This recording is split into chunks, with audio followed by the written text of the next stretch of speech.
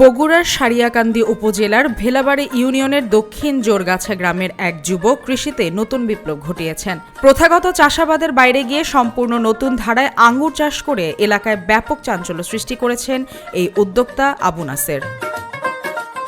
আধুনিক প্রযুক্তির সঠিক ব্যবহার আর প্রবল ইচ্ছাশক্তি থাকলেই যে অসম্ভবকে সম্ভব করা যায় তার উজ্জ্বল দৃষ্টান্তর হয়ে উঠেছেন তিনি। তরুণ এই উদ্যোক্তা জানান, নতুন কিছু করার নেশা থেকেই ইউটিউবে আঙ্গুর চাষের পদ্ধতি দেখে তিনি উদ্বুদ্ধ হন। এরপর সিদ্ধান্ত নেন নিজ জমিতেই গড়ে তুলবেন আঙ্গুর বাগান। 16% জমিতে পরীক্ষামূলকভাবে শুরু করেন চাষাবাদ। প্রথমত 2টা আঙ্গুর লাগানো হয়, 2টা চারা। সেই 2 চারার আঙ্গুর গাছ বড় হয়, সেখান থেকে আঙ্গুর পাই, কিন্তু সেগুলো হয় টক। এরপর আমরা নতুন করে আবারও চারা অর্ডার করি, 8টা চারা নিয়ে আসি। আল্লাহর রহমতে আলহামদুলিল্লাহ এগুলো আমাদের মিষ্টি হয়েছে।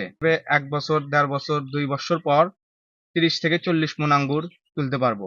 আবু নাসেরের বাগানে শোভা পাচ্ছে বিশ্বের অন্যতম সেরা সব জাতের আঙ্গুর। তিনি মূলত 4টি বিশেষ জাত নিয়ে কাজ করছেন। তার বাগানে দীর্ঘাকৃতি ও সুস্বাদু প্রজাতির বাইকুনুর, আকর্ষণীয় বর্ণ ও স্বাদযুক্ত একুলো সিলভা, অধিক ফলনশীল জাত জয়, বীজহীন এবং অত্যন্ত মিষ্টি জাতের ক্রিমসন।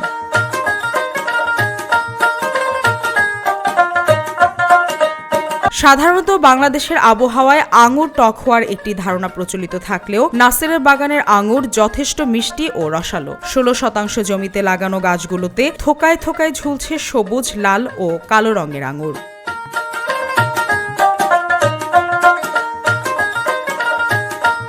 মালিহা চৌধুরী, আয়না টেলিভিশন।